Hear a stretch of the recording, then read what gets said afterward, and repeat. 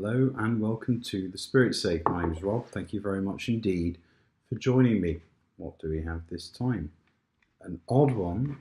It is the Spey Tenne from the Speyside Distillery. Speyside Distillery, people don't rant and rave about it a lot. It started construction in the 1960s. It was just a guy called George who wanted to build a distillery, and he decided to do it himself. And it took him until 1990 to actually get it running. Since then, I think it moved out of his family and then back into his family.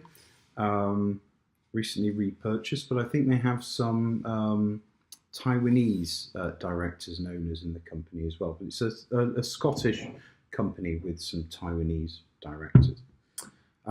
Nicely packaged, annoyingly packaged, because this thing, it's about the length of a bazooka and it won't go in any liquor cabinet. So it's always got to be out somewhere, which is irritating. So it's quite expensively packaged. It's very heavy bottom, the long fluted bottle. It's directed at the Asian market, the Taiwanese, Hong Kong, Singapore market. So you don't see a lot of it around. Certainly not a distillery that you hear malt maniacs ranting and raving about. Oh, you've got to try the latest thing from the Speyside Distillery Co. or from Spey.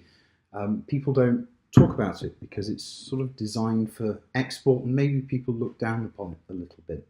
This is the entry level. It's about $100 Canadian in private stores in BC, but it'd be less than that in other places. I don't think it's stocked at the LCBO.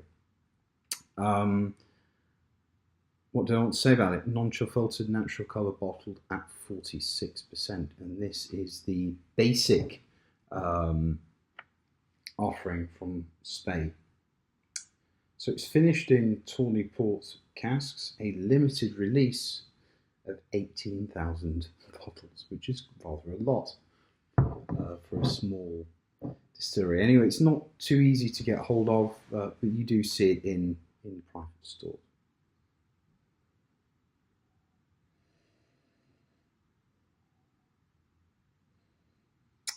Very, very forward on the port finish. Soft orchard fruits, maybe slightly overripe, plums, orange most definitely. At first I did get a very strong red wine note, like a Rioja or Merlot, kind of spicy red wine. I know next to nothing about wine, by the way.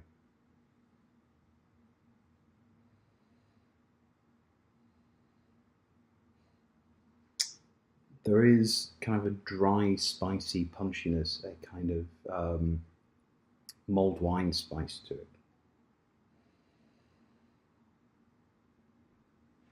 which indicates it could be quite dry on the palate.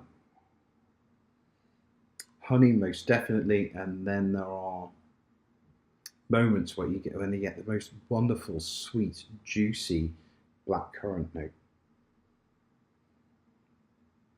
Pineapple rings, the tinned kind. However, a nondescript spiciness runs through it, like a bad aftershave, spicy note, kind of an intense oakiness. And very definitely an alcohol note. This is not a 15-year-old whiskey. This is in my view, a 4 or 5, 6-year-old whiskey. It's not an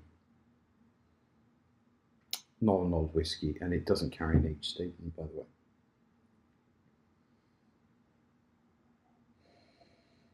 So my view is that it's a young whiskey that's had a convincing finish in very nice port casks.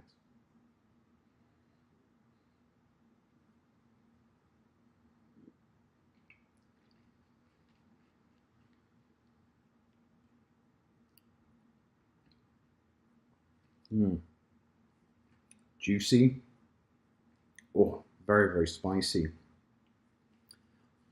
So a kind of orchard fruit, plum,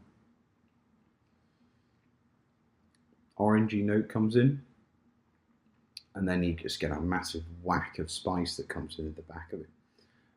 The port finish really dominates on this one. Whatever the previous maturation was, probably ex-bourbon, it doesn't feature. It really is dominated by the finish, by the cask finish. There's char, kind of a honey glazed meat, honey glazed pork on the palate as well.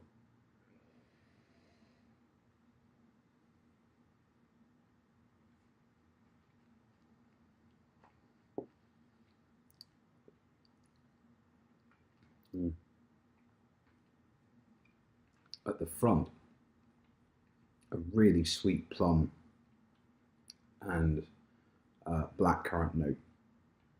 As it rolls off the back of the tongue, it does hit an awkward spot where it's a young bitterness to it. At the finish, at the back, there's aniseed balls, ginger, later some ginger chocolate, cocoa nibs, and unfortunately, with the relative youth of this one, the spice after a couple of glasses really just continues to tingle on your lips. So it's a convincing cask finish, but it's the cask finish is good, but it can't erase the sins of this very young whiskey.